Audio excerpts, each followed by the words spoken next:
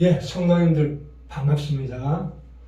예, 우리 성경 말씀은 우리 존귀하신 하나님의 영이 세상의 그 모습을 드러내는 것입니다. 하나님의 영이 말하자면 세상적인 옷을 입은 것과 같다. 마치 가면을 쓴 것과 같다. 이렇게 이해하시면 됩니다. 우리 영혼의 본질은 말씀입니다. 그런데 인간이 만든 언어와 그 문장은 그 근원이 말씀입니다. 인간이 만든 의사소통의 도구요 소통 자료인 이 언어와 문장은 그러므로 영적입니다. 우리가 예수 그리스도, Jesus Christ 했을 때 우리 가슴이 뭉클한 것은 하나님의 관계가, 하나님과 우리의 관계가 정상화되었다는 뜻입니다. 오늘 7~8 볼까요? 오늘 제목이 성격은 그대로지만 인격은 지식에까지 새롭게 변화되고 훈련된다 라는 제목으로 기도하고자 은혜 받고자 합니다. 그런데 우리가 이 성격과 인격을 혼동하지 말아야 하는 것이 이 성격이라는 것은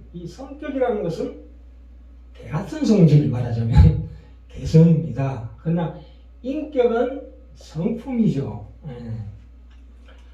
우리가 구원받았다는 확실한 증거는 성격은 그대로인데 이 인격, 성품, 그 기질이 서서히 변합니다.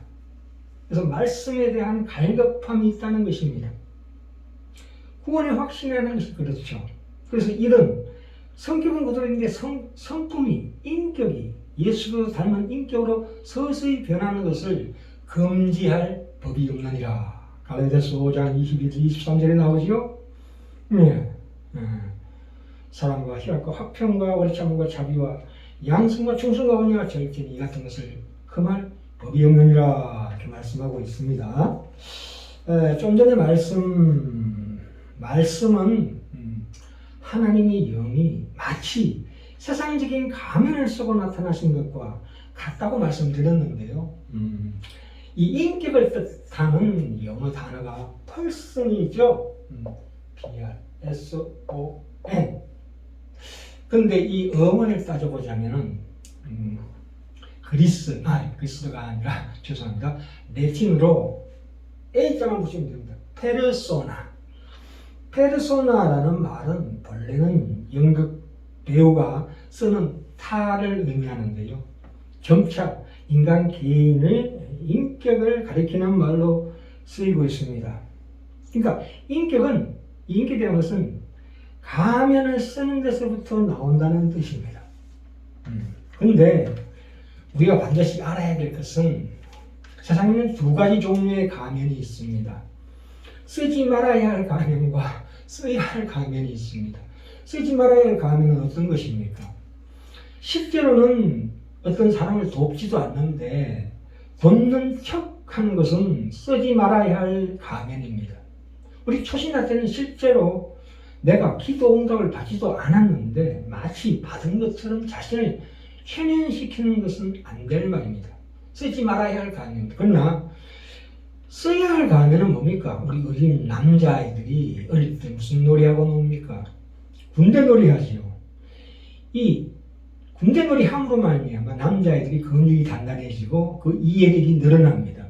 이 어른 흉내는 본격적인 아이의 성장을 돕습니다. 그리스도는 자신과 같은 그 예수 그리스도의 그 생각과 생명을 우리에게 계속 현실 속에서 넣어주고 계시기 때문입니다. 우리가 그렇죠. 화가 나도 그렇지 않은 척하죠. 좋은 가면입니다. 분노가 치밀어도 얼굴에 웃음을 띠고 미소를 짓습니다. 그런데 놀라운 것은 그런 훈련이 우리를 실제로 그런 절제하는 사람으로 만들어간다는 사실입니다.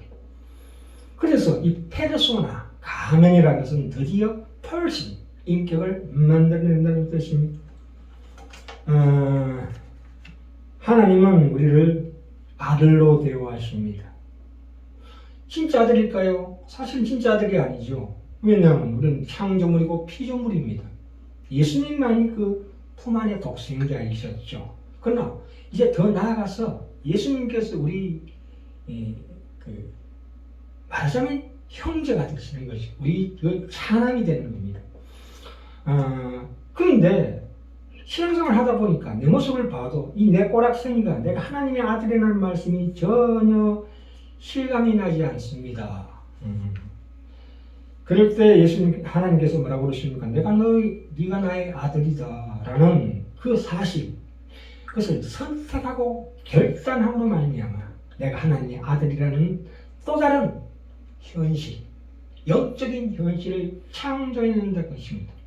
하나님은 그때그때 우리 마음속에 예수 그리스도의 마음을 품을 때마다 우리의 마음을 새롭게 영혼을 재창조하고 계시는 것이죠. 죄인을 죄인이 아니라고 선언하시고 거룩하지 못한 자를 거룩하다 말씀하시는 하나님의 그 믿음과 은혜. 이 믿음이라는 것은 그 말도 안 되는 터무니없는 믿음을 수용하는 것입니다. 내 마음에 받아들이고 선택하고 결단하는 것입니다. 히브리서 12장 7절에 뭐라고 나옵니까? 믿고 아들로 대우하신다. 이렇게 말씀하십니다. 이것이 바로 하나님의 믿음입니다. 하나님은 그렇지 않은데도 불구하고 믿음으로 전혀 그렇지 않은 우리를 아들이라고 대우하십니다. 아브라함 같은 경우에도 창세기 11장에서 45세 때 갈대아 우르에서 우상을 섬기던 아브라함을 불러내어서 창세기 22장 말하자면 이삭이 어릴 때 한 8세 그쯤 됐을 때 아브라함을 들어서 뭐라고 그럽니까? 아브라함이 그 오랜 세월 동안 훈련을 받고 난 다음에 내가 하려는 일을 아브라함에게 숨기겠느냐? 그러니까 하나님과 인격적으로 대등한 자리까지 믿음의 조상 열국의 아비로 칭한 하나님의 믿음, 그에 따른 아브라함의 믿음을 우리가 논하고 있습니다. 하나님의 믿음이라는 것은 그 사람을 아브라함으로 보시지 않고 아브라함으로 보신다. 그래서 아브라함을 변화시킨다. 야곱도 마찬가지죠. 사기꾼 강도, 이름이 야곱, 사기꾼 강도입니다. 평생을 하나님과 씨름했습니다. 드디어 그 이름이 이스라엘로 변합니다. 오늘날의 교회, 하나님이 그 하실 처소가 되는 거죠. 참 얼마나 귀합니까? 하나님은 이런 가치 없는 아브람, 야곱을 사랑하셔서 가치 있게 만들어 가십니다. 그게 훈련입니다. 훈련을 받아야 합니다. 우리가 반드시 훈련을 받아야 합니다. 그런데 문제는 뭐냐면 여기서 가장 중요한 것은 하나님께서 나를 아무리 아들이라고 믿어주신다 해도 내가 그것을 거부하면 하나님의 믿음은 말하자면 무용지물이 됩니다. 그래서 하나님께서는 가나안을 목전에 둔 이스라엘, 특히 오늘날 우리에게 선택과 결단을 요구하시는 것입니다. 이 히브리서 12장 4절 13절의 말씀은 구약식으로 얘기하자면 출애굽해서 홍해를 건너서 광야에서 가나안을 목전에 둔 이스라엘 백성, 오늘날에 우리에게 하시는 말씀입니다. 출애굽해서 홍해를 건넜다는 건 무엇입니까? 중생이죠. 거듭남은 하나님의 전적인 거저 주시는 은혜이지만 이제 가나안에 들어가는 것은 뭡니까? 나의 결단이요, 선택이요, 책임이다. 이렇게 말하고 있습니다. 왜요? 출애굽에서 홍해를 건넜다는 것은 그것 자체가 십자가를 체험한 겁니다. 십자가 문제가 해결되었습니다. 그래서 더 앞으로 나아가라는 말씀이십니다. 우리가 특별히 처음 구원받아서 회심하는 장면에서의 그 기쁨과 감격의 확인이 있을 수 있습니다. 영적 나이 2~3살 태어난 아기 같은 신앙인들의 감격과 확인이 있습니다. 그것은 대표적으로 누가복음 15장에 나옵니다. 돌아온 탕자 비유가 나오고 있는데요. 여기서 작은 아들은 아버지에게 자기 몫을 달라고 해서 그 재산을 가지고 허랑방탕하게 딴 나라에 가서 쓰다가 다시 아버지께로 돌아온 그런 아들이었는데도 불구하고 아버지는 그런 아들 문 밖에서 늘 기다리다가 돌아온 것을 보고 반겨서 좋은 옷을 입히고 가락지를 채워주고 살찐 송아지를 잡아서 큰 잔치를 베풉니다. 그때 큰아들이 밭에서 일하다가 돌아와서 그 광경을 보고 얼마나 성질났겠습니까? 아니, 나는 아버지를 섬겨서 명령을 하나도 거침이 없이 다 순종했거늘 내게는 염소새끼 크는, 아니 날마다 내 삶은 맨날 일만 하고 왜 이렇게 내 삶을 이렇게 고단합니까? 이렇게 화를 냅니다. 그때 31절에 뭐라고 얘기합니까? 누가복음 15장 아버지가 이르되 너는 항상 나와 함께 있는데 내 것이 다 네 것 아니냐 이렇게 말하고 있습니다. 그런데 여기서 문제는 뭐냐면 떠나가는 둘째 아들 그 자식이 아버지께로 돌아와서 돌아온 것을 기념하여 환영해서 환영을 열어주고 반긴 것이 끝난 것이 아니라는 거죠. 이 둘째 아들이 다시 큰아들같이 이렇게 이제부터는 자녀 교육을 제대로 빡세게 받아야 되는 일이 남아있다는 것입니다. 그러니까 이 첫째 아들은 마치 구약의 감옥에 갇힌 요셉처럼 시편 105편 19절에 나오지요. 요셉이 종으로 팔려가서 옥에 갇힙니다. 나중에 억울해 당해서. 그때 하나님의 말씀이 저를 단련하였도다. 그 사랑하는 아들을 완성시키기 위해서 그 혼을 쇠사슬로 꿰뚫는 하나님의 사랑이나 돌아온 둘째 아들 강한 자를 반긴 아버지의 그 마음이나 하나님의 사랑은 동일한 것입니다. 우리가 늘 드리는 회개 기도도 사실은 웃기는 게 우리가 잘못했으니 용서해 주십시오인데 일반적으로 얘기해서 잘못했으면 용서가 없는 법입니다. 법적인 관계에서는 그렇습니다. 타인과의 관계에서 잘잘못을 따져서 잘한 데 대한 대가 못한 데 대한 보응을 받는 것으로 그치지만 부모와 자녀 관계는 그렇지 않습니다. 구약에서도 나오죠. 신명기 28장에서 하나님께서 축복과 저주를 선언하시고 만약에 내 말을 듣지 않으면 너희를 필시 멸하리라 이렇게 말씀하십니다. 그런데 이것을 우리가 문자대로 하나님께서 이것이 객관적인 차원에서 법적인 차원에서 그것을 시행하는 그 엄격한 법관의 입장으로 보시는 게 아니라 예정을 가지고 그리 가지 말라는 하나님의 사랑의 열심의 문제로 보셔야 합니다. 필경 저주를 받으리라는 것은 그러니까 가지 말라는 뜻이죠. 하나님께서 12장 7절에 히브리서 12장 7절에 아들과 같이 대우하셔서 키우는 대상이니까 참으로 하나님의 놀라운 은혜가 그렇게 되는 것입니다. 그러니까 우리가 잘못했을 때마다 십자가로 돌아가서 울고 스스로 자책하고 그러지 말고 그 구원은 걱정하지 마라. 이제 에베소서에 나오지요. 그리스도의 죽으심으로 인한 구원은 받았으니까 이제 살으심으로 인한 구원을 위하여 앞으로 쭉쭉 나가라. 훈련 받아라. 기쁨이나 감격 같은 감정이 아니라 우리 의지, 이성을 북돋워서 지식에까지 새롭게 훈련되는 인격이 되라. 지식에까지 새롭게 훈련되는 것. 골로새 3장 10절에 나오지요. 새 사람을 입었으니 이는 자기를 창조하신 자의 형상을 쫓아 지식에까지 새롭게 하심을 받는 자니라.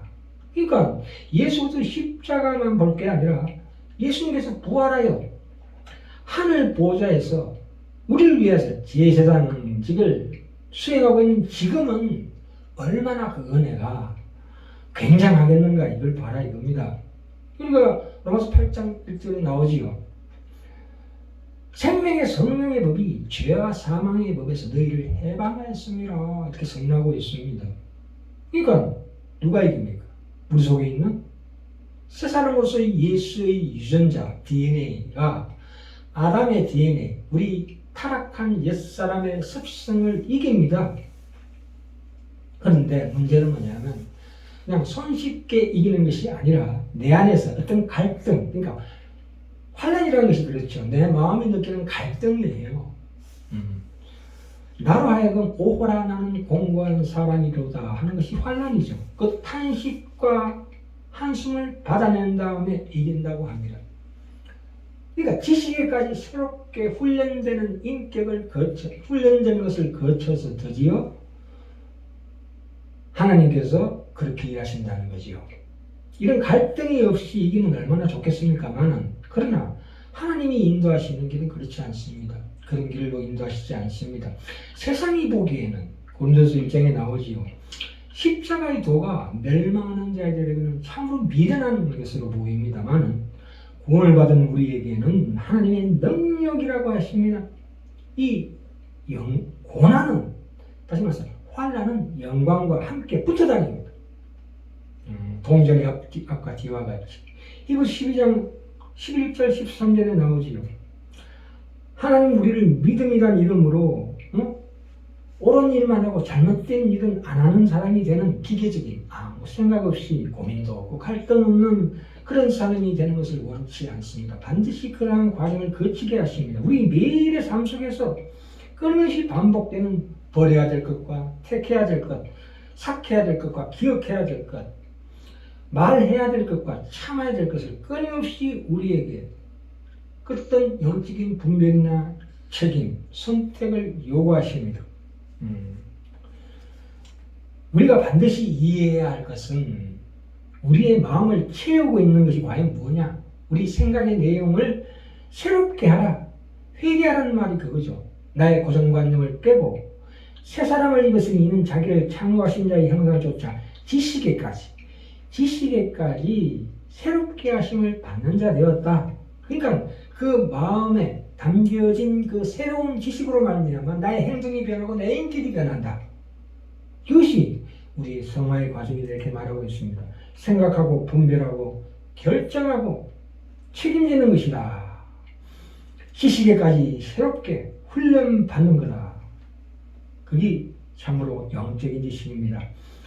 그래서 에베소서 5장 10절에 나오지요. 주께 기쁘시게 할 것이 무엇인가 생각하여 보라. 17절에 나오지요. 오직 주의 뜻이 무엇인가 이해하라. 이렇게 말씀하고 있습니다. 우리가 신앙생활 하면서 아무 갈등도 없고 시험도 없고 결정할 필요도 없는 일방적인 거룩한 길에 놓이는 것으로 기대를 가지지 말라. 그 과정은 참으로 하나님 훈련하시는 것. 그것은 우리 속에 하나님께서 성령으로 주셔서 요한복음 14장에 나오지요. 보혜사 곧 아버지께서 내 이름으로 보내실 성령 그가 너에게 모든 것을 뭐라고요? 가르치시고 내가 너에게 말한 모든 것을 생각나게 하시리라. 지식에까지 새롭게 하시리라. 이렇게 성령님께서 이 말씀을 조명해 주십니다. 그러니까 그것으로 말미암아 진리가 뭐냐? 거짓이 뭐냐? 참된 것이 뭐고 허구가 무엇인가를 알게 하시고 분별케 하시고 각성케 하시고 훈련시키십니다. 그러나 다시 한번 말씀드리지만 대신해 주시지는 않습니다. 우리가 왜 하나님이 우리를 대신해서 이 모든 것을 해주신다는 그런 편견이 왜 생기느냐 하면 중생, 거듭남에 있어서는 하나님께서 우리를 대신해서 다 해주십니다만 이제 중생에 있어서는 하나님의 선물로 받는 것이지만 거듭나는 것은 하나님의 전적인 은혜이지만 이 자라나는 문제에는 그것은 우리 몫이요 책임이라는 것입니다. 그러므로 성화의 과정에는 감정이 없습니다. 중생의 과정에서만 감정이 있고 감동이 있고 감격이 있습니다. 그렇죠. 공부를 열심히 하는 학생들에게 가장 큰 감격은 무엇입니까? 시험 봐서 좋은 점수를 얻었을 때 보상을 받는 거지요. 그러나 평소에는 그런 감동이 없습니다. 이 날마다 분별하고 생각하고 그 책임 있게 공부하는 것입니다. 무미건조합니다. 삭막합니다. 그러나 그럴지라도 분명히 히브리서 12장 12절 13절에 나오지요. 그러므로 그 피곤한 손과 연약한 무릎을 일으켜 세우고 너희 발을 위하여 곧은 길을 만들어 저는 자를 하여금 어리지 않고 고침을 받게 하라. 힘내라. 네 길을 네 발로 가라. 이런 뜻입니다. 자, 오늘 제목 다시 한번 볼까요? 지식이까지 새롭게 훈련되는 인격. 지식이까지 새롭게 훈련되는 인격으로 우리가 하나님께서 우리를 이루어 가시고 우리를 자라게 하신다. 이 뜻입니다.